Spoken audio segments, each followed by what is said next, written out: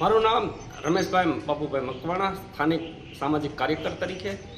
ધારી railway સ્ટેશનને જે train બંધ થયેલી હતી ખીજડીયા અમરેલી, જે એ આગામી દિવસોમાં ફરી ચાલુ થવા જઈ રહી છે, ત્યારે સ્થાનિકોમાં પણ ઘણો ઉત્સાહ જોવા મળે છે.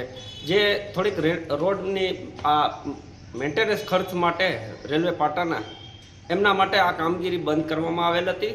ફરી આપણા ધારાસભ્યશ્રી અને સાંસદશ્રીના પ્રયત્નોથી આ રેલવે ફરી ચાલુ થવા જઈ રહી છે, ત્યારે ધારી ચલાળાથી અમરેલી અને વેરાવળ સોમનાથ જે પ્રવાસી જવા જઈ રહ્યા છે, ત્યારે એમને પણ આ આનંદનો લાભ મળશે ટ્રેનનો. હાલ ધારી રેલવે સ્ટેશનની અંદર અને આગળના બધા સ્ટેશનની અંદર મેન્ટેનન્સનું કામ શરૂ છે, જેથી કરીને યાત્રીઓને અને અહીંની પબ્લિકને ખૂબ ઉત્સાહ અને ઉમંગ છે કે જેમ બને એમ ઝડપી શરૂ થાય સંભાવના ખરી.